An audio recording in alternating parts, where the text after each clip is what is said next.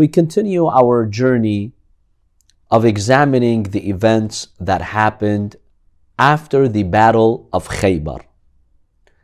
And there is one claim mentioned in Sunni books of Hadith that I would like to dedicate this discussion to analyzing this claim and evaluating it academically and critically.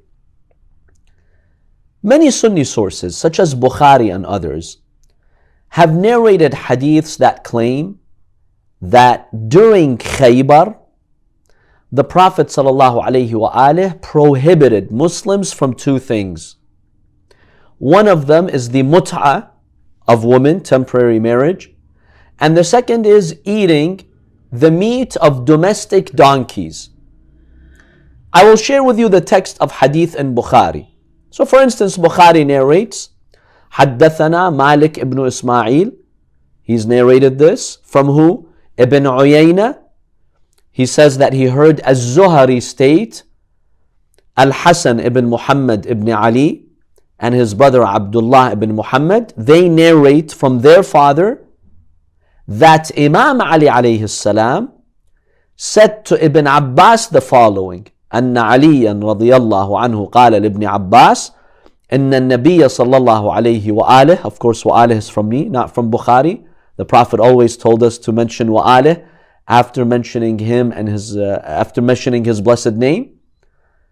So, according to this hadith, supposedly Imam Ali alayhi salam said to Ibn Abbas that the Prophet naha anil mut'ah, the Prophet prohibited from mut'ah, وعن لحوم الحمر الأهلية, and also the meat of domestic donkeys, زمن خيبر, during the era of Khaybar, at the time of Khaybar. Now this invites us, my dear brothers and sisters, to critically analyze this hadith and also the discussion on temporary marriage. Now this is not a comprehensive discussion on mut'ah or temporary marriage. We examine that in our Islamic belief series, but we have to make some very important observations here, because many of these books have claimed that after Khaybar or at Khaybar, the Prophet said temporary marriage is no longer allowed. I have prohibited Muslims from temporary marriage. So let's examine this discussion of temporary marriage in a very academic way. But I will keep the discussion brief by mentioning a number of observations and points. The first observation, my dear brothers and sisters, there are many misconceptions about what temporary marriage is. Temporary marriage is a type of marriage. It's a full, valid marriage with some differences. There are differences between it and the permanent marriage, such as it having a fixed duration. A permanent marriage lasts until divorce, right? The divorce ends it. Whereas in a temporary marriage, the duration is set by the husband and the wife. Amongst the other differences is that there's no inheritance between the husband and the wife. If one of them dies, they don't inherit one another, unlike permanent marriage. And the husband is not obligated to spend on his wife, unless she stipulates in the contract. So it has rules. It's a type of marriage. It has rules like the iddah, the waiting period, the father's permission, when it's required in permanent marriage, it's also required in temporary marriage. So a lot of the rules are shared, but there are some differences. It's very important to know in this first observation that temporary marriage is a type of marriage. It's protected by the rights of marriage. It has slightly different rules than permanent marriage, but at the end of the day, it is a marriage. The second observation here about temporary marriage is the role of words. Words are verbal signatures. When you make a verbal contract, you are actually initiating a verbal signature. You know how these days, sometimes you're signing a form, you're submitting an application, there's what's called an e-signature. You're not really signing with your hands, even though sometimes they allow you to sign, right, with your fingers. However, there's something called an e-signature. You check a box and you say, I consent to this form. They accept that as your signature. Now it's an electronic signature. So we have types of signatures. One type of signature, it's what's called the verbal signature. Those people who say temporary marriage is immoral, right? How can just one verbal statement, the contract, make something that's haram, halal? That doesn't make any sense. It's still corrupt. It's still immoral. The answer to that, no. Words have a real impact. Words are verbal signatures. So you cannot say it's immoral. It's a contract. And yes, a contract changes everything. If I go and break into someone's house, I'm considered an intruder, right? I could be considered a thief. I could be jailed for that. But let's say you make a contract with your friend or with that person. I buy your house for $100,000. He says, I accept the contract. We've made the sale. Next month, we'll finalize everything. Now when you go to this house and you're checking it out, are you considered an intruder? Of course not. What changed? A statement. One verbal statement comprised of a few words. I sell this house for $100,000. I accept the sale. Done. It's verbal. It's not even on paper. Islamically and historically in most societies, verbal transactions are accepted. It's recommended to have witnesses to avoid future disputes. But according to Islamic law, and all Muslims accept this, verbal transactions are valid transactions. If you go to a shop and you take an item, right, without a transaction, you're a robber, you're a thief. But if you say to the owner, I buy this from you, he says, I accept. That's it. It's yours. Even if you don't pay for it now, you can pay for it tomorrow, whatever you agree with the seller. It's just a verbal contract. But yeah, that verbal contract switches and flips something from being haram to halal, from something that's unlawful to lawful. It's the same with the temporary marriage contract. It flips something that's haram to halal, because now it's a contract. Now it's a transaction. Now it comes with rights. Now it comes with conditions. Many Muslims fail to understand these points. Many Muslims who are not the followers of Ahlul Bayt, who attack temporary marriage as being corrupt and immoral, and even many Shias who don't understand what the temporary marriage is, and so they attack it, they denounce it. They denounce it altogether. This is corrupt, this has no room in religion. Understand, it's a transaction. And if anyone challenges you and says, come on, one statement is going to change it, yes. One statement can change something from haram to halal, from halal to haram. Very simple. So words are verbal signatures and they do have a powerful impact. That's the second observation here. The third observation here about the temporary marriage contract is the purpose of the temporary marriage contract. Some people ask, what's the purpose of it? Why did the religion of Islam allow it? Why does the school of Ahlul Bayt recognize that it's a legitimate marriage? Well, there are many answers to this, my dear brothers and sisters. But one simple answer is that sometimes permanent marriage is simply not possible for some people. Some people cannot afford to get permanently married. There is no one they can permanently marry. They're 25, they're 30, they're 35, right? And Allah subhanahu wa ta'ala has given them a right to lawfully be with a partner on a temporary basis with less obligations. So it's not possible for some people to get married on a permanent basis. Or some people might travel for a prolonged period and they cannot stay without a partner. Otherwise, they will fall into sin. They will fall into haram. Allah subhanahu wa ta'ala has not made living according to Islamic law unbearable. Let's say a person cannot get married in the next 10 years. A person is traveling for 5 years. Okay, ideally the person should wait until they can get permanently married and start a family. But the reality is many people cannot. They will fall into sin. Allah subhanahu wa ta'ala has given an alternative. It's a temporary solution for a temporary situation, for a temporary challenge, for a temporary problem. It's a legal way in Allah's law to have a relationship with the opposite gender when permanent marriage is not possible. Now, yes, it comes with conditions and ethical standards. We'll examine them briefly. But that's one purpose of the temporary marriage contract. Another purpose of the temporary marriage contract is to get to know your potential spouse before doing the full engagement and fully committing in a halal way. Islam does not allow for dating. I know many people these days, they do intend to get married. They have good intentions. Their families even know. But they'll spend 6 months going out with each other. I mean, literally dating each other, joking with one another, being romantic with one another, touching one another. That's not permissible in the eyes of Allah. In the law of God, if she's not halal to you, you've not made a marriage contract, she's not mahram to you. He's not mahram to you. So one solution that I see families observing is to do a temporary marriage contract with the knowledge of the families.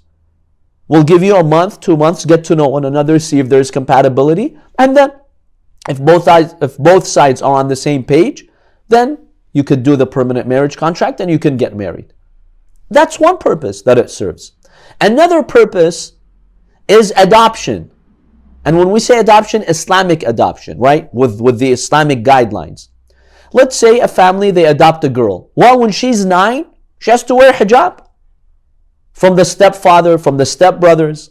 She has to wear the hijab, of course. Now this makes life difficult at home when she has to observe the hijab. Or if the adopted child is a boy, when he becomes of age and reaches puberty, his stepmother, his stepsisters have to wear the hijab. One solution to make this person lawful in the family in terms of hijab laws is to do a temporary marriage contract. For instance, if a temporary marriage contract is done with the adopted child with one of the siblings, the parents become mahram. And so they can interact with the child without the burdens of hijab. This is also one purpose. This could serve one purpose, to make living with adopted children easier. So the temporary marriage contract has many purposes. And those who quickly condemn it and consider it immoral are overlooking these purposes of the temporary marriage contract. So that's the third observation. The fourth observation about temporary marriage, as we are discussing this point, did the Prophet ban it at Khaybar or no? Because Sunnis claim that the Prophet banned it at Khaybar. Many people say this is like prostitution. There is no difference between temporary marriage, the Mut'ah marriage, and prostitution. It's immoral, and there's no way you can rationalize it. It's exactly like prostitution. We don't see any difference. That's the claim. The answer to that, very briefly, is that there are protections and measures in the marriage contract that make it avoid prostitution. There are protections against prostitution in the temporary marriage contract. For instance, the guardian's permission is required, according to the understanding of most scholars, if the girl is unmarried, if she's a virgin. If the girl is virgin and she wants to do a temporary marriage contract, most scholars say she needs her father's permission. Just like permanent marriage, there's no difference. That's the first protection. The second protection is the observance of the iddah. Some people think a lady can do temporary marriage and the next day with another man, third day with a... No, there's a iddah. If the marriage is consummated, she has to observe the iddah, the waiting period. That protects a woman from being a prostitute. See, people who attack the temporary marriage fail to understand this point. Prostitutes have absolutely no contract, no obligations, no rights, right? It is immoral, of course. And there's no waiting period. A prostitute can be with someone, with 5 people in one day, with 10 people in one day. Not with the temporary marriage contract, because there's the iddah to be observed. That generally is a protection against prostitution. Now, I know sometimes, some Sunni scholars, when they attack the temporary marriage, They're like, no, technically, she can be with multiple men in one day. How? If the marriage is not consummated. Let's say the marriage is not consummated, right? Other acts are done. Well, once the duration ends, let's say they put the duration as an hour. Once the hour ends, she separates. A minute later, she can initiate another marriage contract with another man. The marriage is not consummated, she can do that with 20 men in one day. So yeah, see, this is immoral. One Sunni scholar said, which religion of God will allow that? How would you respond to this objection? What would you say about this specific objection here? Yeah, it's true. If the marriage is not consummated, there's no iddah, there's no waiting period. So technically, she can initiate a marriage contract with multiple men in one day. How would you respond to this? Those who say, look, this is like prostitution, this is immoral. Well, that's not prostitution then, because I mean, if it's not consummated, then it's just like kind of talking with the other person. There's not really nothing much happening there, I guess. But they can argue that it's true the marriage is not being consummated, but many other intimate acts can be done. At the end of the day, you've got that sexual component here. So, and that's immoral. To be sexually active with 10 men a day is just immoral. No religion of God can justify that. That's what they will say. So how do you respond to that? I'm not sure. I'll give you a hint. What about the permanent marriage?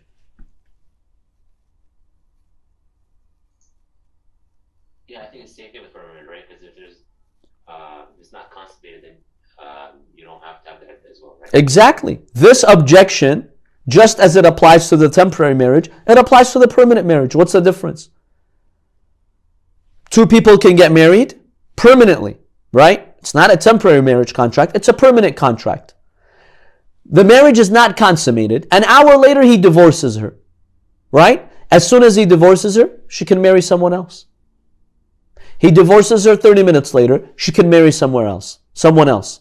She can do this with 20 men in one day, with permanent marriage. Does that mean that permanent marriage is immoral now? See, that's an unfair objection here.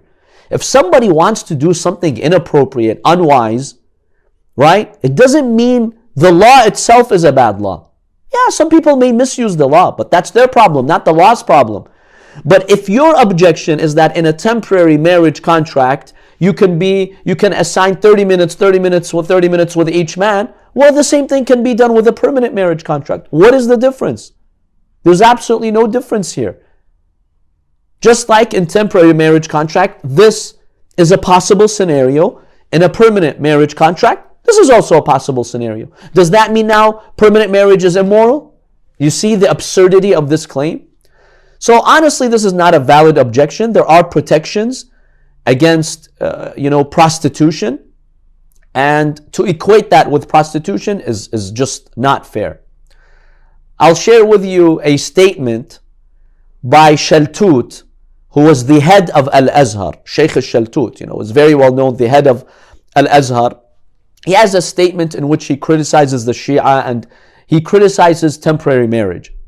And basically he says, how can a godly Sharia allow a woman to be with 11 men in 1 year? How is that possible? Now, what does he mean by that? She's like, okay, let's say the marriage is consummated and she waits the waiting period. Now, the waiting period in the temporary marriage contract is 2 months, according to many scholars, not 3 months. So that's another difference between permanent marriage and temporary marriage. In permanent marriage, it's 3 months, right? 3 cycles. Whereas in temporary marriage, it's 2 cycles. So he's like, okay, let's take the lowest time of the cycle. Let's say it ends right now and the cycle comes tomorrow, and then the other cycle comes in 25 days. So within a month, she can be free from the effects of this marriage and she can enter another relationship. So technically, she can be with 11 men in 1 year. What kind of a religion would allow that? What kind of godly Sharia would allow that? So he's trying to say this is corrupt. Well, the response to that is, it's very similar to permanent marriage. if you look at the different schools of thought, the Malikis, the Hanbalis, the Hanafis, right? The Shafi'is, and ask them what is the minimum iddah that a woman has to observe, right? The minimum possible iddah that a woman has to observe before she can remarry. They've clearly stated it. Some of them say it's 30 days, some of them 45 days, some of them say 50 days, right? It's possible. There are some women who have pretty quick cycles. Let's say her husband divorces her today, tomorrow her first cycle starts, right? And then the minimum time between the cycles is 10 days. So let's say 12 days later she has her second cycle, and then 12 days later she has her third cycle. It's possible. It's theoretically possible. It's technically possible. Based on that, according to the different madahib, technically, a woman can be permanently married to 6, 7, 8, 9, or 10 men per year in permanent marriage. And she's observing the iddah. She could be married to anywhere between 6 and 10 men, depending on the different criteria of the madahib. Now, honestly, brothers and sisters, do you see a big difference between 11, the figure that Shaltut, the head of the Azhar, cites, and 10 or 6 or 7? So, Mr. Shaltut, if it's 6 or 7, it's moral. It's moral. It's godly. It's godly sharia. If it's 8, it's godly. If it's 9, it's godly. If it's 10, according to some of your madahib, it's godly. But the minute it touches the number 11 with the temporary marriage contract, right? It now becomes ungodly, and it's now prostitution, and it's now this and that, and immoral and corrupt. Double standards. If this is your objection to temporary marriage, the same objection can be made to permanent marriage. A woman can get permanently married to 6 or 10 men in 1 year based on the different criteria of the madahib. So, okay. So let non-Muslims come and judge us and say, look, this is evil, this is prostitution. Your whole marriage system in Islam is corrupt. Can it be godly? Is that the Sharia of Allah? That's not an academic, objective objection to temporary marriage. The same objection applies to permanent marriage. So, my dear brothers and sisters, the reason why I'm emphasizing this is that you'll find most of the objections made against temporary marriage are objections that can be made to the permanent marriage. Someone wants to misuse any law, it's their problem. It doesn't mean the law is corrupt. It doesn't mean the law is problematic. The use of the law is what's important, not the law itself. But the way that they talk about temporary marriage, they say, no, this law in itself was corrupt, and that's why the Prophet banned it. Okay. The fifth objection here. The fifth objection is very interesting. It's the classical, common objection that says, okay, if temporary marriage is God's law, and it's a type of valid marriage in Islam, and it's not immoral, would you accept it for your daughter or your sister? Would you accept that for your daughter? Well, obviously no. So, you see it's immoral. So why do you come and legalize something that you would not accept for your daughter? I've heard grand Sunni scholars make this objection. Shame on Shia scholars. In their fatwas, they say this is a valid marriage, and in doing so, people are encouraged to practice this marriage, but they would not accept this for their daughters. That's a classic objection. How would you respond to this? Any ideas? What's an appropriate response to this?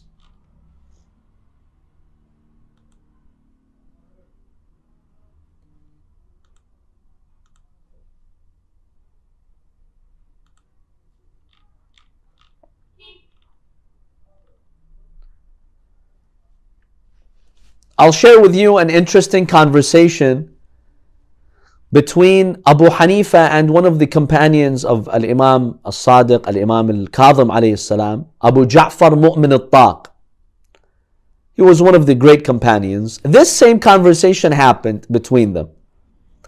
So basically, Abu Hanifa, he asked Mu'min Al-Taq, this great follower of Ahlul Bayt, he was one of the great companions of Imam Al-Kadhim alayhi salam. He asked him, he told him, what do you say about the Mut'ah marriage? Do you claim it is lawful? So Abu Ja'far Mu'min Al-Taq said, yes. I do say it is lawful. So Abu Hanifa said to him, then what prevents you from commanding your woman to engage in this marriage and bring you some income? You see the very condescending way he spoke with? The very disrespectful way of approaching this? Abu Ja'far, Mu'min al-Taq, said, not all professions, actions are desired, even if they are halal. People have different statuses and ranks, and sometimes they may raise their status and not do something. And then look at the response of Mu'min al-Taq and his objection to Abu Hanifa. He tells him, but tell me, what do you say about nabidh? Do you claim it is lawful? Abu Hanifa said yes. Nabidh basically is a type of drink that Abu Hanifa would say it's lawful for people to drink. Now in our madhab and also other madahib, they do consider it haram. They're like, if it's alcoholic but it's low in alcohol, it doesn't really make you drunk, right? It's like one of those beers that's not concentrated and doesn't make you drunk. Abu Hanifa says it's lawful. So he said nabidh is lawful.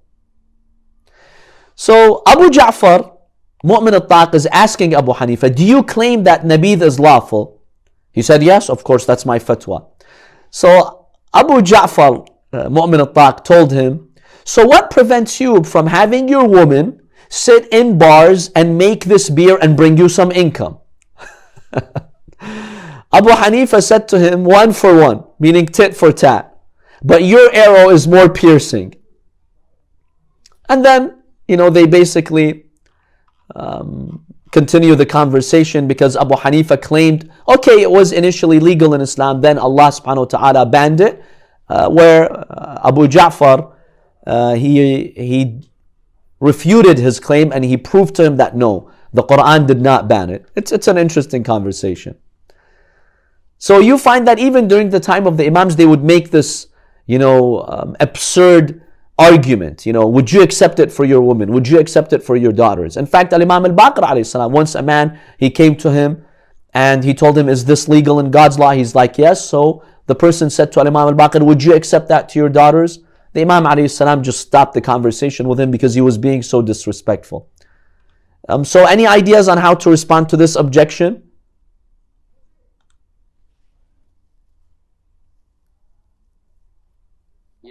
It's kind of what you said in Islamic belief class. Like, just because it's allowed doesn't mean you would prefer. Like, would you prefer for your son to be a janitor? I mean, there's nothing wrong with being a janitor, but it doesn't mean you have to do it just because it's allowed. That's a good response, and we shared that in our Islamic belief series.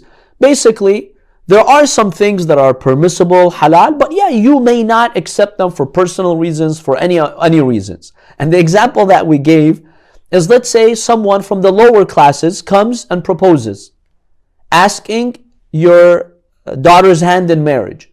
Let's say a janitor, a trash picker.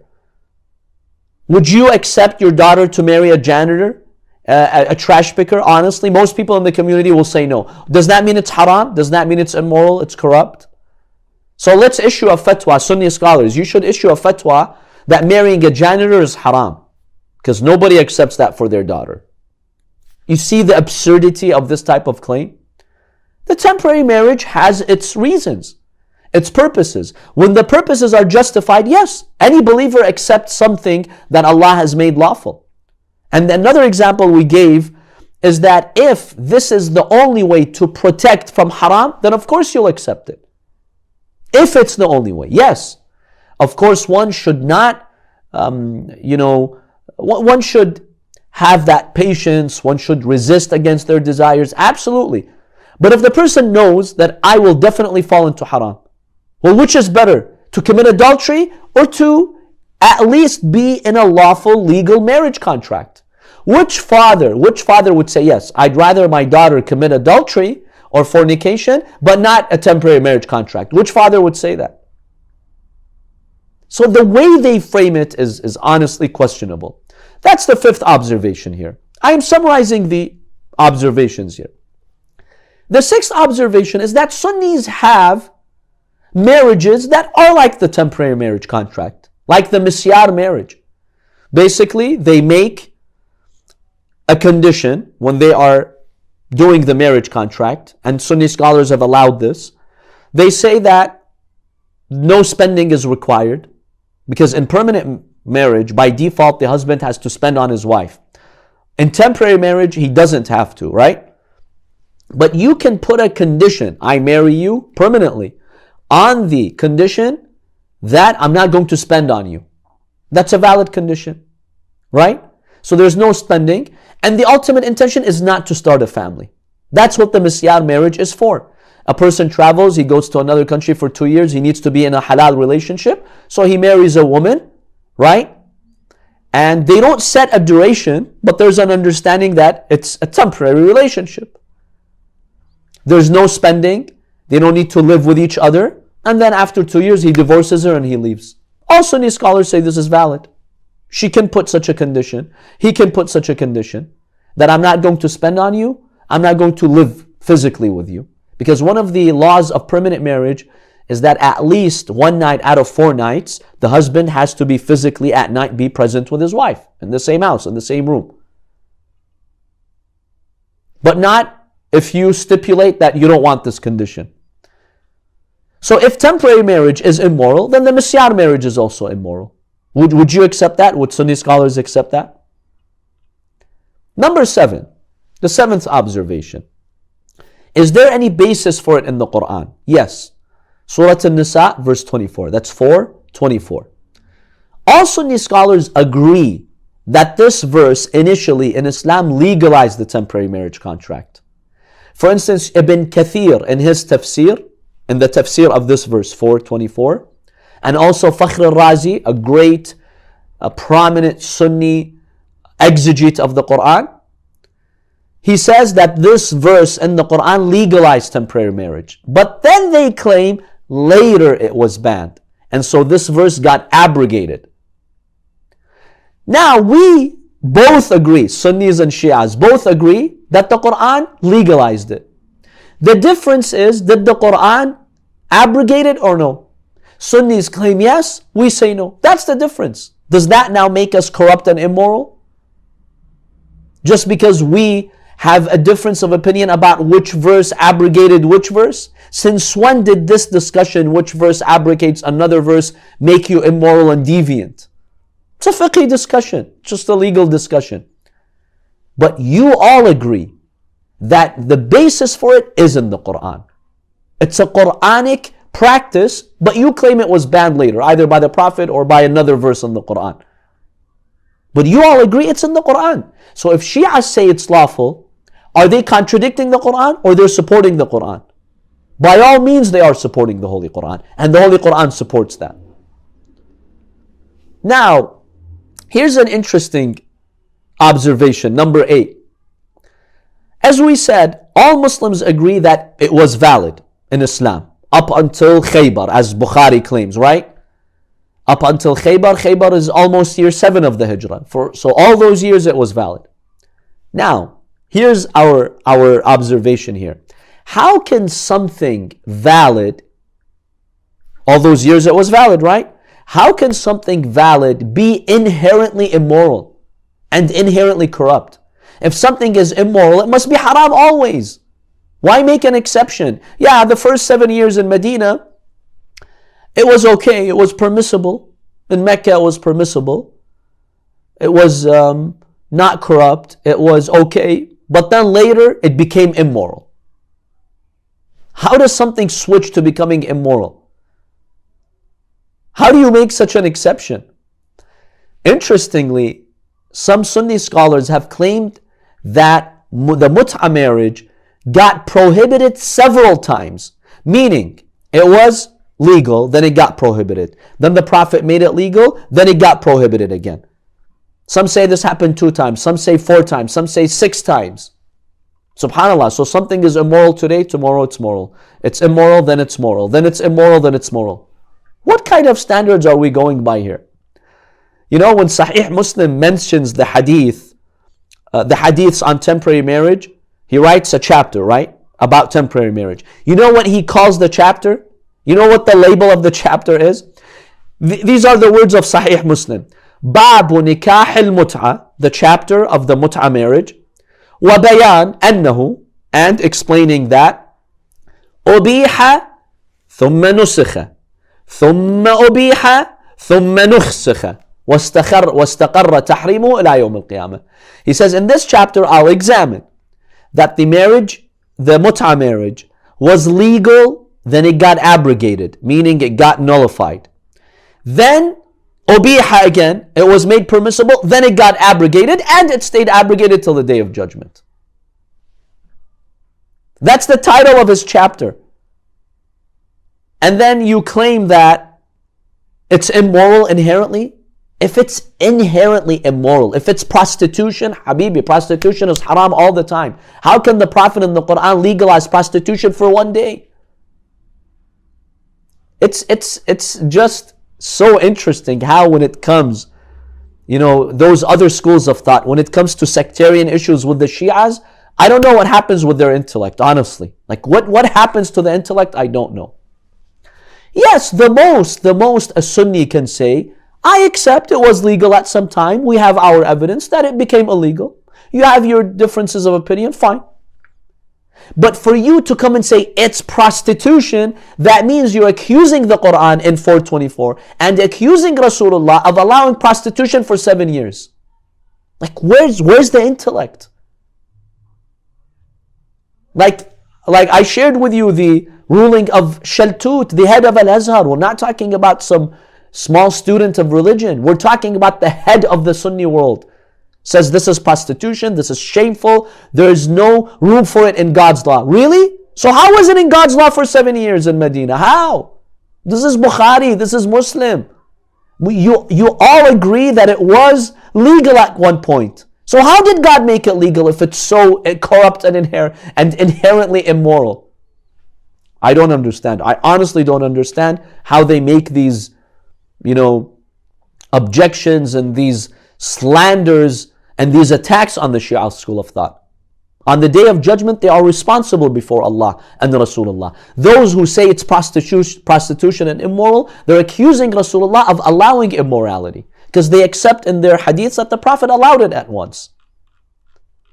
So this is a very important observation that we have. The ninth observation, and we discussed the hadiths in our Islamic belief series, but just to share with you 2 hadiths in their Sahih works about the temporary marriage. Out of many, out of tens of hadiths. One hadith is the hadith of Abdullah in Sahih Bukhari. This is hadith number 4615, 4615. So basically, Abdullah narrates that كنا نغزو مع النبي صلى الله عليه وآله. We used to participate in wars with the Prophet, and we had no women, no wives with us. I'm reading for you the text of the translation. So we said, Abdullah says, we said, shall we castrate ourselves?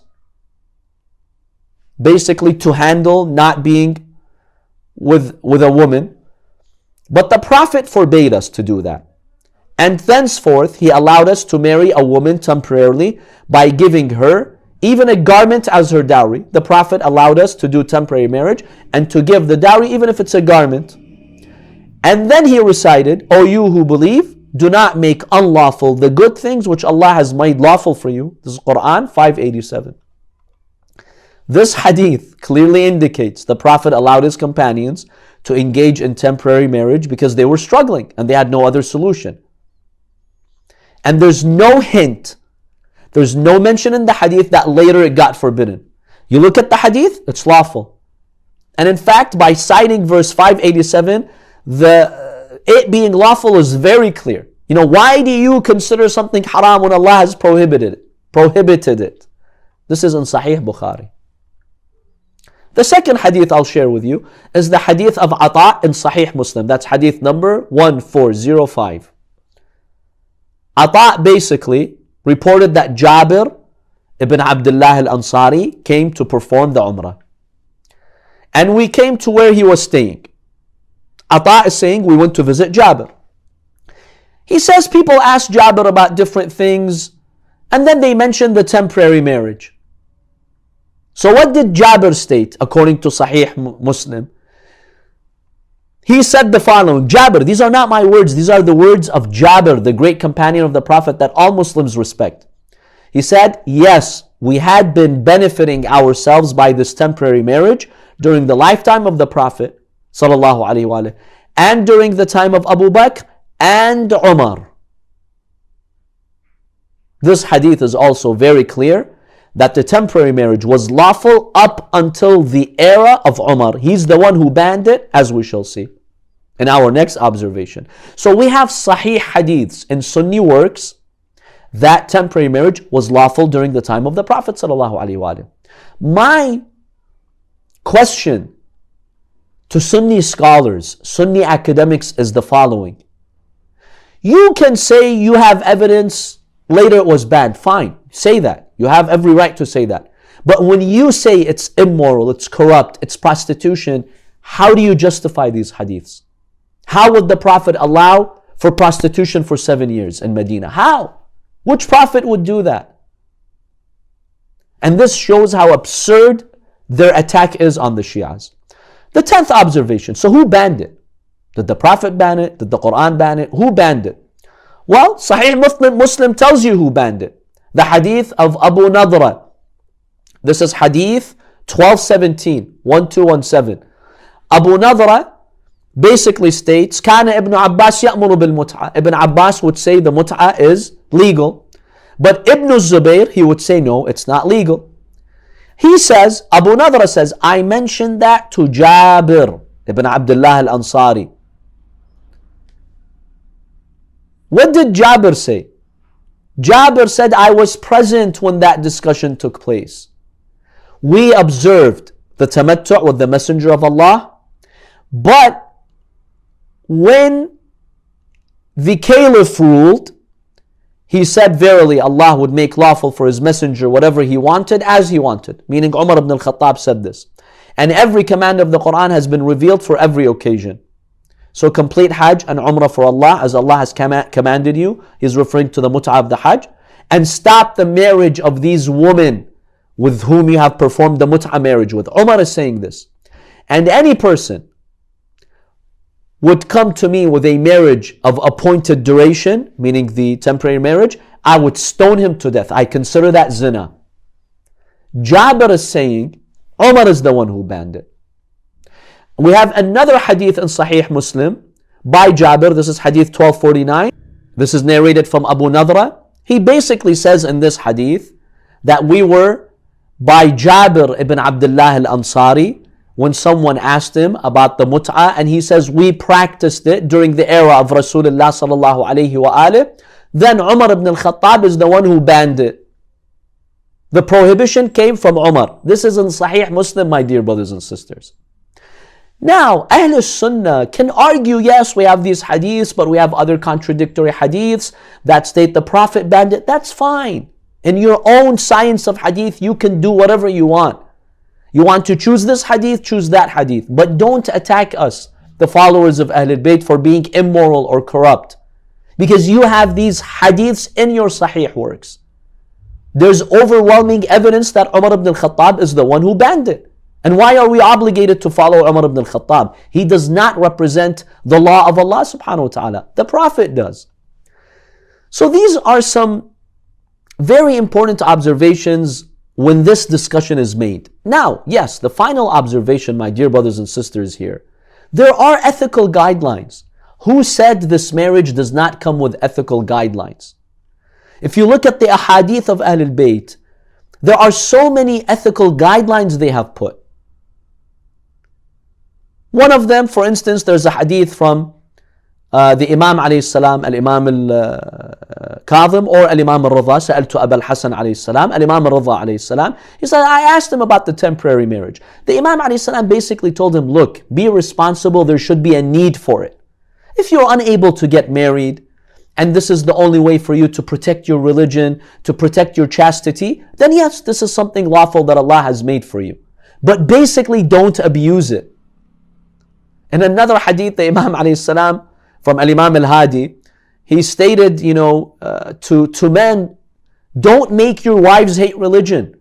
If you go and you practice this marriage, and you do so recklessly, without any regard, for your family, you will push your wives to hate religion and to hate the laws of Allah subhanahu wa ta'ala. See, this is an ethical guideline that the Imam alayhi salam was telling his companions. The Imam was told them, yes, we have to keep the sunnah alive by saying that this is a valid marriage. And there should be, people, when appropriately, who should practice that to keep the sunnah of the Prophet alive. But not for them to abuse it, to be excessive in it. So we have so many guidelines here. One of the problems, with some people in temporary marriage today is that they objectify women. They treat her, just as a means to release their desires without any human regard for her. That's wrong.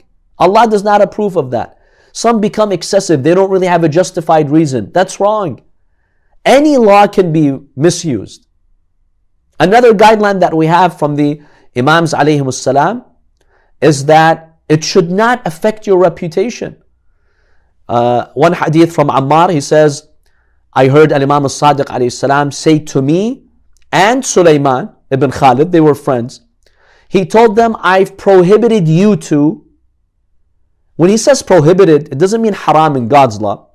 It means I discourage you from practicing temporary marriage in Medina, because you're my companions, and then they will arrest you and they'll say these are the companions of Ja'far. And this will put us in a negative situation, because the ruler of Medina considers this adultery. And we don't want to get in trouble with the law. So when you're in Medina, avoid bringing us a negative reputation. So yes, there's also the reputation factor that sometimes many young people don't even consider when they contemplate this type of marriage. Another guideline is that the woman should be chaste and pure. Abu Sara says, I asked Imam al-Sadiq alayhi salam about temporary marriage. He says, halal. فَلَا تَتَزَوَّجْ إِلَّا عَفِيفًا. Yes, it's permissible, but marry someone chaste, pure. In other words, the Imam is saying, it's not like prostitution. No, marry someone chaste, pure. Let your reason be justified. So, in reality, we find that there are a lot of moral guidelines, ethical guidelines, and many times when people attack this, they don't even consider these guidelines, which is unfair. Now, in this discussion, my dear brothers and sisters, in no way when scholars address this point, in no way are they advocating for this. No, they are stating the law of Allah as it is. We cannot change something for the sake of people or society. God's law is that it's lawful. When the conditions are met, it's lawful. Yes, it's fine. But it doesn't mean that any scholar is advocating for that, because whenever this discussion is brought up, some people start attacking the scholars. Well, why do you even talk about this? Why are you advocating for it? It's not an advocation for it. It's just defending the law of Allah subhanahu wa ta'ala and the fiqh of Al-Muhammad, that this is a type of marriage with its conditions. It's a valid, proper marriage. Yes, is it abused? Sure, everything's abused. Is there something human beings have not abused? But it doesn't mean the law is an invalid law. So, you have many hadiths, like the hadith of Bukhari, which I shared with you in the beginning, that claim at Khaybar, the Prophet ﷺ made an announcement that from today and onwards, the temporary marriage is no longer valid and it's prohibited in the religion of Allah subhanahu wa ta'ala. We dispute that. We believe, based on much of the evidence that we've presented, that these were fabrications. It was Umar ibn al-Khattab who banned it, but later, in history, hadiths were fabricated to attribute that to Rasulullah sallallahu alayhi wa alayhi. So that is the discussion that I wanted to have with you, because this is something, an important claim that has been made, about Khaybar and the prohibition of this type of marriage. Do you have any questions, any observations you'd like to share? Please feel free to do so. Do you accept the argument that if something is immoral inherently, as Sunnis claim, that the temporary marriage is immoral, then how could it be legal for 7 years in Medina? What's your take on this particular objection?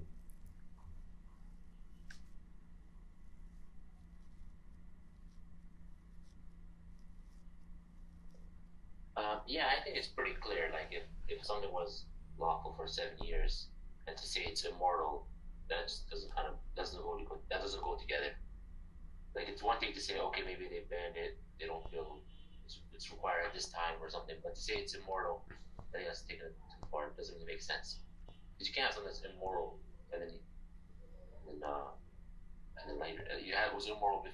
It's immoral now, but it wasn't immoral before. It doesn't really make sense. Correct. What's immoral is always immoral. It doesn't flip-flop. Once a brother objected to me, an interesting objection. He's like, no, you can have something that's moral in the beginning and Islam allows you to do it and commands you to do it, then it becomes immoral. I told him what? He's like drinking wine. In the early years of Islam, Islam allowed it, Islam told people drink, and then later Allah prohibited it, right? But today we say that drinking is immoral, but Islam considered it moral at one time, and then it became immoral. So yeah, we do have examples of that. How would you respond to that? Where is the fallacy in this argument? Well, Islam banned alcohol in stages because people were pretty addicted to it. So they couldn't just right away ban it because it would be too difficult for them. So it banned in stages. First, Surah An-Nahl talks about benefits are less than the good. The harms are greater than the benefits. Yeah. But here's the question. Islam banned it in stages.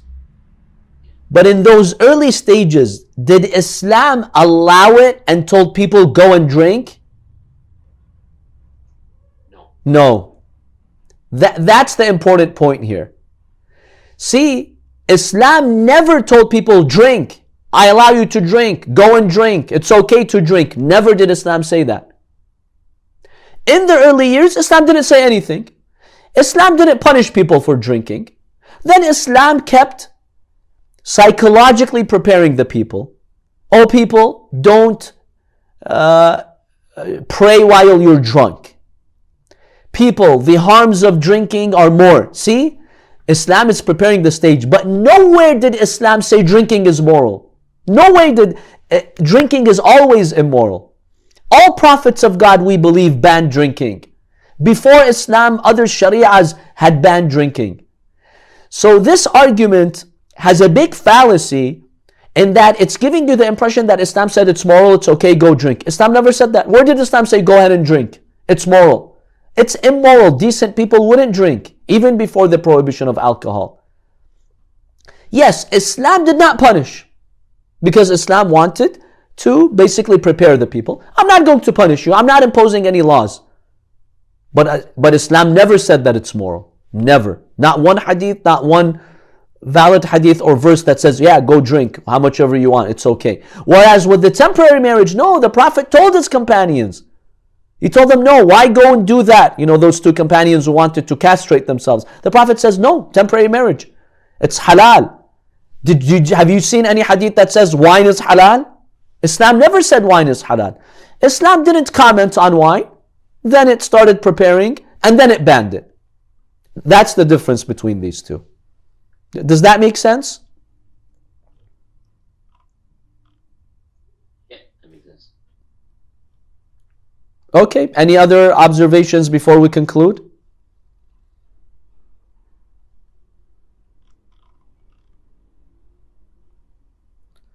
May Allah subhanahu wa ta'ala bless you all. Wa sallallahu ala Sayyidina Muhammadin wa alihi al-tahirin.